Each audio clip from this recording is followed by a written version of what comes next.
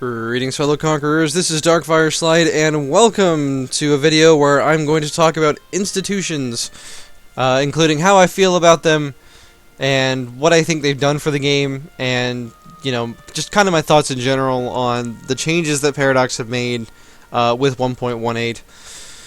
And I want to preface, though, let's talk about, like, so why were institutions implemented into the game? For the most part, from what I understand, and from my own personal experience on the forums, for the longest time people have really been kind of upset about the Eurocentrism in EU4. Like, there's a lot of support for people who are like, you know, well, the nations in Asia could have done things if they'd had the right leaders, which is, like, kind of the entire idea of EU4 in the first place, is that, like, you're this leader of a country, and the reason that the player does so well is because, you know, the player, you, are basically the person who makes the change to the country.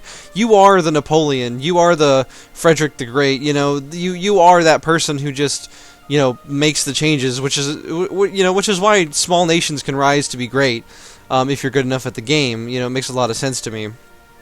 So, the idea that, like, Asian nations and anywhere outside of Europe were handicapped from day one really bugged a lot of people, and in particular, the Westernization mechanic was really rough, because the idea was that if you Westernized, you would save, you know, points, and, you know, in saving points, you would, you know, be able to catch up to the Western nations, but this wasn't the case. I think, like, if we take Chinese Tech Group, for example, you know, over here in the Far East, Chinese Tech Group had a 60% increase to tech costs.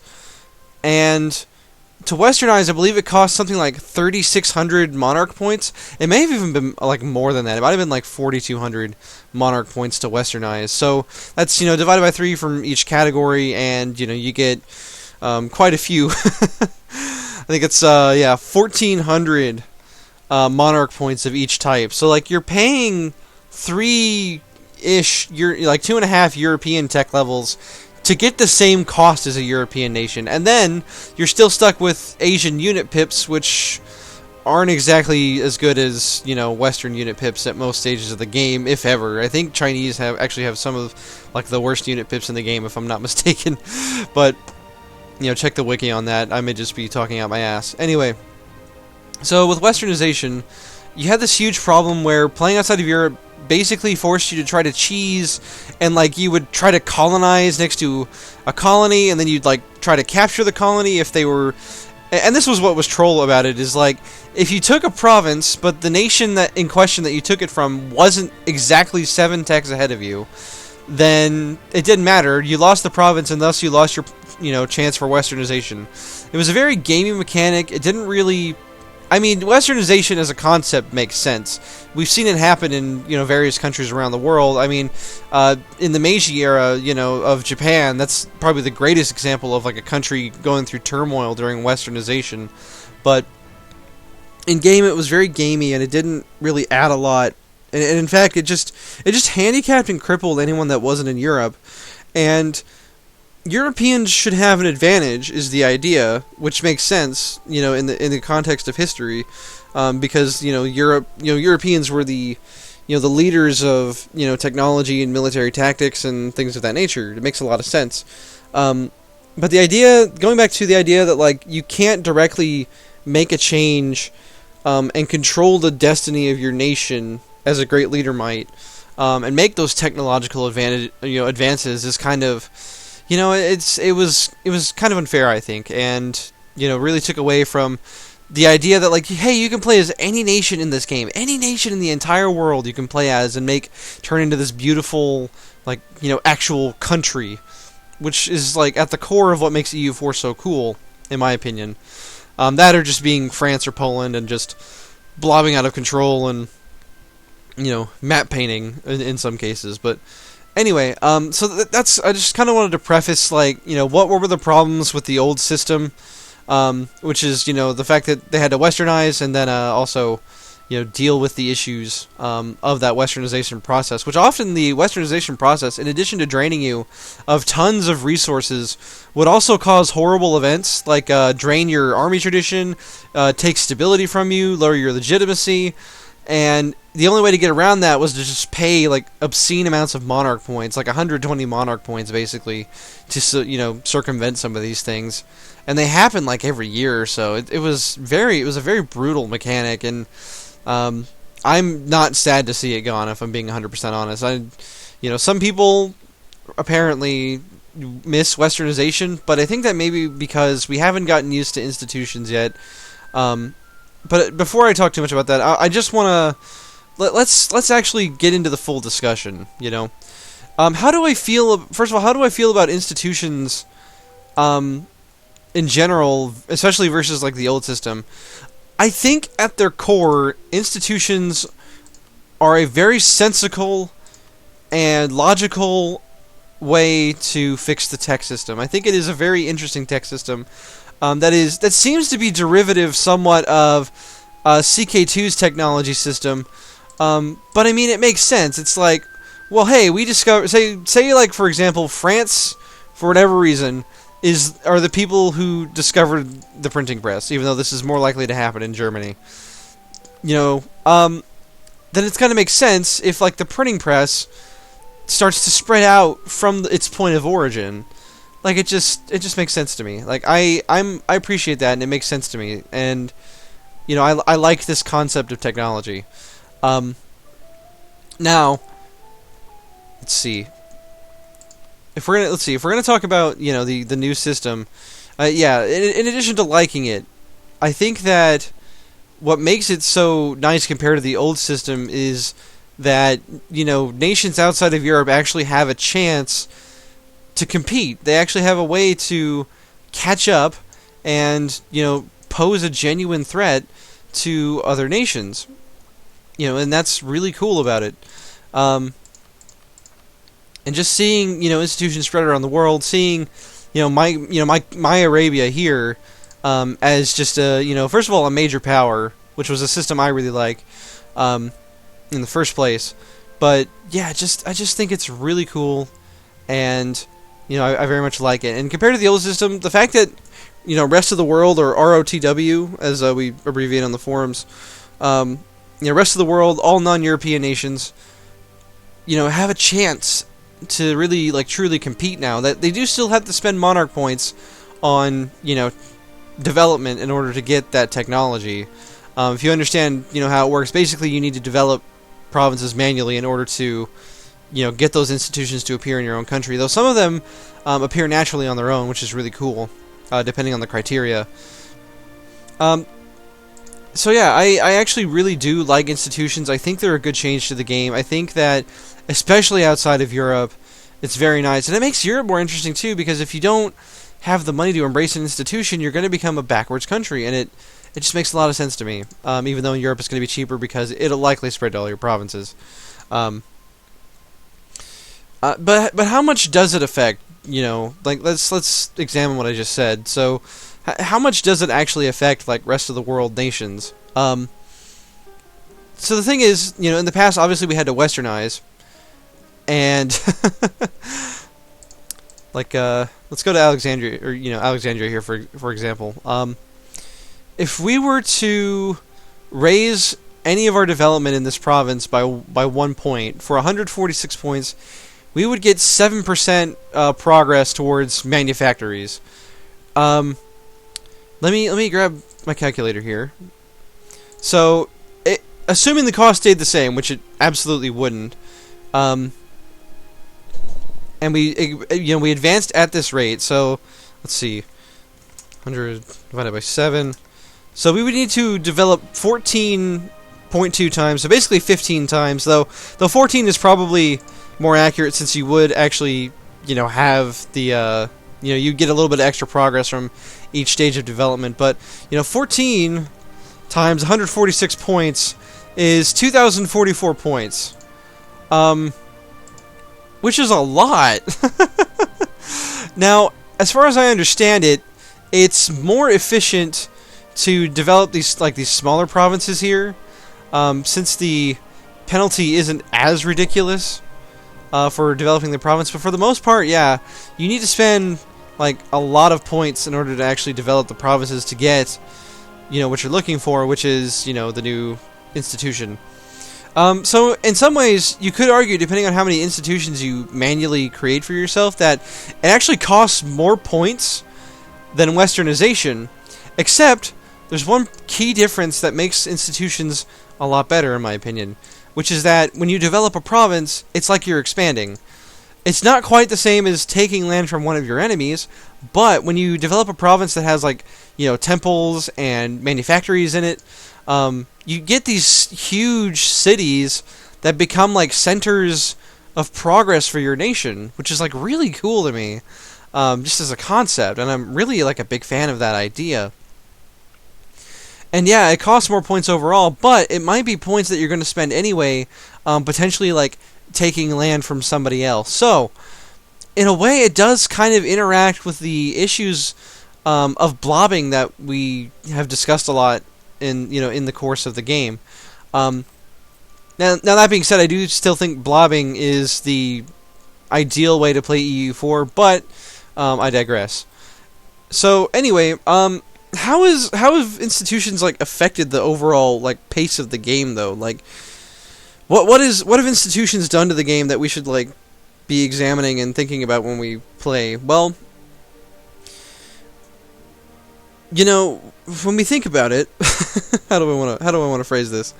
So, rather than grabbing a tech as soon as possible and paying a little bit of a ahead of time penalty, which I never had as an issue here in this game as Arabia, because I was always behind. But what's really interesting is,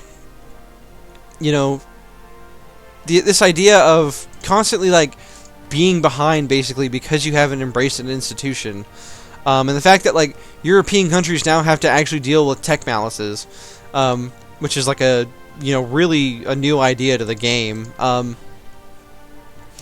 for each institution that we embrace, like the strategy has become, from what I understand, that you don't want to pick up techs until you actually embrace the institution. But this can be risky because if if an enemy of yours picks up a vital, like say your enemy picks up a military tech 15 when you get that +1 to morale, and you don't because you were holding out for an institution, you could really be in a lot of trouble if you get into a war with that enemy. So basically, the pace of the game has become tech up as much as you can while institutions are happening. Then while you're doing these, maybe for like the 5 and 10% tech penalties, you want to keep teching up. But for the most part, when your tech costs are going up from not having an institution, you want to be picking up ideas. So, that's just something really to like think about as we start playing with institutions. And with blobbing, I think one thing a lot of people look forward to with this patch is the idea that, like, now playing tall is viable. And I'm like, I don't know that I really find playing tall to really be, like, a super competitive option. Now, granted, obviously in multiplayer, it's going to be different. You can, you can stop writing furiously in the comments. Anyway, I still think blobbing is the way to go. And the reason for that is, while paying for institutions is based on the the development of your provinces, it's still going to be important for you to take land from your enemies and use that land in order to develop it. And like, for example, let's look at I started this game as Hejaz. I don't know how you pronounce it. I'm going to say Hejaz because I like the word jazz. Anyway, so we start here in like a coastal desert, which is like a plus, because it's arid also, it's like a total plus 40% to improve the province. And even in our capital, we have, because it's a mountains province and it's arid, we have like a base 65% more expensive capital to develop. Even with the empire modifier of having 697 total development and getting a 34% reduction, our capital is still just so difficult to expand upon. And all these desert provinces are just going to be terrible for actually, like, just a waste of points to actually develop because they're just so expensive. And so what I foresee being like a primary strategy in the coming days is trying to get to these grassland, farmland, dryland provinces where you can actually effectively expand your nation and develop provinces that are going to, give you those institutions. And so blobbing, I think, is still. I think expanding is still important. Like, obviously, blobbing is a little bit different from just like fighting wars and taking a reasonable sum of land, but I still think blobbing is the primary way of like winning, beating the game, air quotes, since this is a sandbox game, obviously, but so yeah, I think blobbing is still the way to go, just because of the need to get provinces that are going to be better for development. And speaking of which, I want to get into, a lot of people were wondering, like, okay, well, how does Rights of Man affect the value proposition of certain idea groups? So one of the biggest things that people got hyped about was innovative got changed to give an institution embracement cost minus 10%. This may have been changed because I think what it used to be was institution spread rate plus 20%, which, if you think about it, like, let's go to this province of Alexandria here, or Iskandaria in the Muslim tongue, or Arabian, or Egyptian native tongues. Anyway, so one of the things about this that sucked about the institution spread rate was that Alexandria here is getting like 5% towards manufactories per month, which is awful. Like, well, sorry, that's not awful. 5% is actually pretty good for institution spread. What is awful is that 20% means you're getting 6% per month instead. Now, this does mean that, like, it's going to spread faster to other provinces as well, but that's not really that good. Changing it to, I didn't even realize that they had changed it to institution embracement cost. Maybe I'm crazy and it was always that, but I still don't think innovative is that great of an idea group, apart from the first of all, advisor costs are going to be a lot more useful in a time when we have to develop provinces a lot more, and so monarch points are more important than ever. But also looking at, for example, quality ideas, infantry, modern firearm techniques, like, that's still like what I think is going to be the primary reason you take innovative ideas. But this institution embracement cost is nice. For example, when I was at 600 development, I'm at 700 now. When only 10% of my land had the institution, it cost like 1,400 ducats to embrace an institution, which was crazy. Like, I'm like, wow, that is a lot of money. So obviously that would save me like 140 ducats. Which is nice, but it's the main draw of that is still the technology cost, which you could people could rightfully argue that technology cost is more useful now that any nation can actually accrue like a tech malice. However, the reason that I don't think that this is that great is because of the improved value proposition of economic ideas.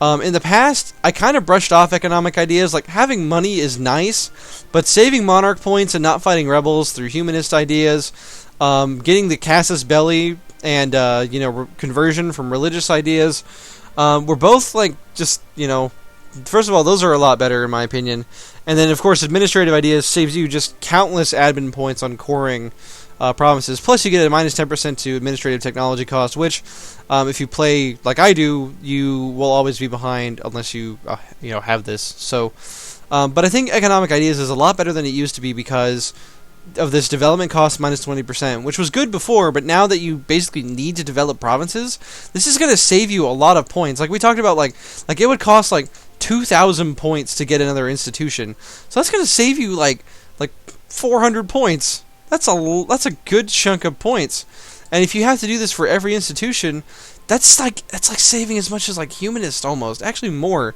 Like if we count like say you don't even have feudalism yet, and you need to like make it appear in like Central Africa, for example, or make the Renaissance appear, which is often the case, make colonialism appear, as is often the case. It's like 7 institutions. That's 2,800 points if you have to do that for every single institution. Which is not, it's a seriously good, like, point saving. Still not quite as good as administrative, but this is going to be in, like, every category almost. Plus, you get the bonus income, which is going to help you, get institutions. pay for that, ridiculous embracement cost. So yeah, I think economic ideas may not be only good, it may be necessary for nations outside of Europe now, just to make it so that you can get those institutions to appear. And I know I'm going to be taking it a lot more in the future, just because of, I always liked economic ideas, I just didn't like it enough compared to religious, humanist, and administrative. So, anyway, I think economic is going to be the way to go.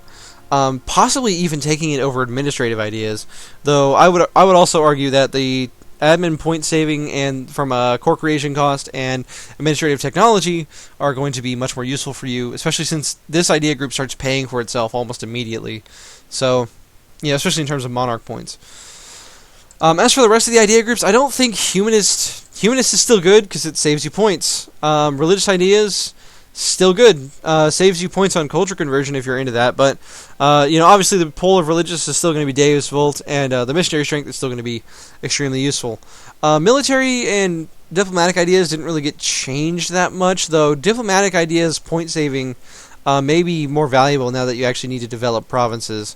So something else to consider. I think exploration ideas is also a much more attractive option depending on where you are in the world, just because if you discover the new world, you are more likely to get the institution, especially if you're the first person to discover it. Especially then you can get colonialism to appear naturally, which is really nice, because you don't have to pay points for development, which is really good. And the military ideas. I would almost argue that aristocratic, like the military tech cost savings, are nice because you can spend mil points on developing your provinces, which counts towards getting institutions. And that really seems to be like the draw of the game now. Like, you have to actively mess with your technology. It's not just something that happens every couple of years, which is really interesting in the way that it changes the game, which I've kind of discussed already. But anyway, last thing I want to talk about is do I think there's anything wrong with the institution system? Do I think that anything needs to be changed? I think, in my experience so far with the patch, that institution costs need to be reduced in terms of actually being able to pay for it, because paying 1,400 ducats when you only have 1,600, when you only have 600 development, that's a lot. I barely make let's see, as Arabia, currently I make something I think, let's see, that's 24, 36. I make 42 ducats a month, estimate. So without any expenses, this is at my current development. That's 33 months just to pay for that, which is insane, right? That's just a completely absurd amount of money to pay, I think, just to embrace it. Now, the cost does go down as more provinces embrace the institution, but I think that honestly, it could be half of what it is now, and it still wouldn't be crazy. Now, what is nice is that high prestige and being a great power are going to reduce the cost of embracing an institution. It is, the great power mechanic is kind of a rich get richer thing, but at the same time, it is a pretty nice bonus to, this mechanic. And institution speed also goes up. And institution spread goes up while you're at peace, which is nice as well. I actually just noticed that. But, yeah, so I think that the cost should be reduced, and I also think that it should spread probably a little bit quicker. Maybe not too much quicker, but a little bit quicker, so that nations outside of Europe don't get capped with a 150% tech malice, unless that's what Paradox intended, maybe that's the way they want us to play the game now, is to just have to wait forever to get new tech. But anyway, yeah, I think the cost should be reduced a bit. I think halved, it would still be a lot, because 700 ducats, even for a nation like me, is going to be a pretty big investment when you consider that I have to pay for the army as well. And I think the spread rate should be increased to go more naturally through provinces. The problem is that there's so many provinces in EU4 now that it just takes forever for anything to get out of Europe. So, but maybe it's working as intended. I'm not 100% sure, because this is with my current experience. But at any rate, I think that's going to wrap up this video. I hope you enjoyed discussing institutions, and let me know what your thoughts of institutions are in the comments. Do you like them, or are you going to revert to like a previous patch, as some people are going to do? But yeah, this is what I think of institutions. I think they're a great addition to the game overall, and I think we're going to have a lot of fun with them. But maybe my initial impressions are a little too optimistic, and in reality we're going to find out that we wish we had Westernization back. But we'll give it some more time. These are my initial thoughts, and how I want to discuss it. So I hope you learned something. I hope you had a good time, and I'll see you guys on the next one.